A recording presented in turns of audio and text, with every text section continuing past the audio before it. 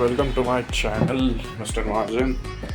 आणि आज आपल्याला ड्युटी त्याच्या अगोदर पासबुक प्रिंटिंग तर आहे. 2-3 पासबुक माझ्यासुद्धा आहे. पासबुक प्रिंट करायची आहे. आज एक्सटर्नल एक्झामिनर BCAसाठी केनारखेडेला. आणि छोटं कॉलेज आहे पण चांगलं आहे, सिस्टमॅटिक आहे. लॅब आहे आणि तिकडे पोर्च आहे समोर. तिकडे स्कूल पण आहे आणि कॉलेज पण आहे. इकडे कॉलेज आहे. त्या एक्झामला अजून टाईम आहे आणि लॅब आहे. असं बऱ्यापैकी रेम्युनरेशन आणि एक्झामची अमाऊंट भेटते. म्हणजे एक असं तरी होऊ शकतं की छोटी मोठी पार्टी होऊ शकते. एवढं रेम्युनरेशन चांगलं मिळतं एक्झाममधून. आणि इथली एक्झाम झाली की आपल्याला निघायचं परत घरी. कारण आपल्या घराचं चालू आहे काम आणि त्याचं एक ब्लॉग बनवायचं आहे. पण सध्या शेड्यूल करतो आहे थोडं की बनवू थोड्या दिवसांनी.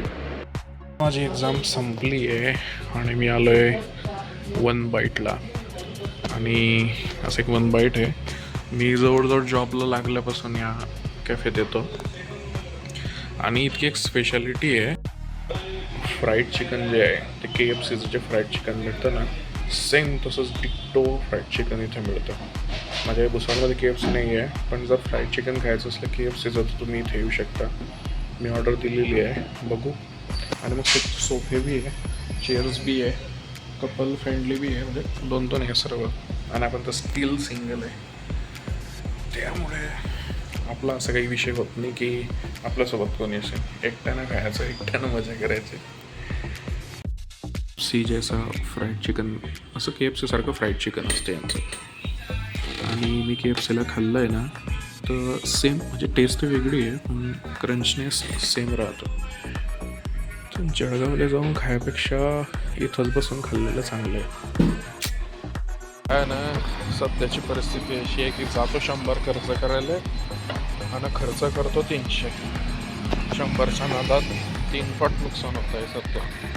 काय करावं काही समजत नाही. लोकायला वाटतं माझ्याकडे गैरा पैसा आहे पण तो 3% खर्च होतो आहे माझ्या. तसं तुम्हाला काही घेणं देणं नाही. बस फक्त भाज्यांचा गैरा पैसा आहे, एवढाच.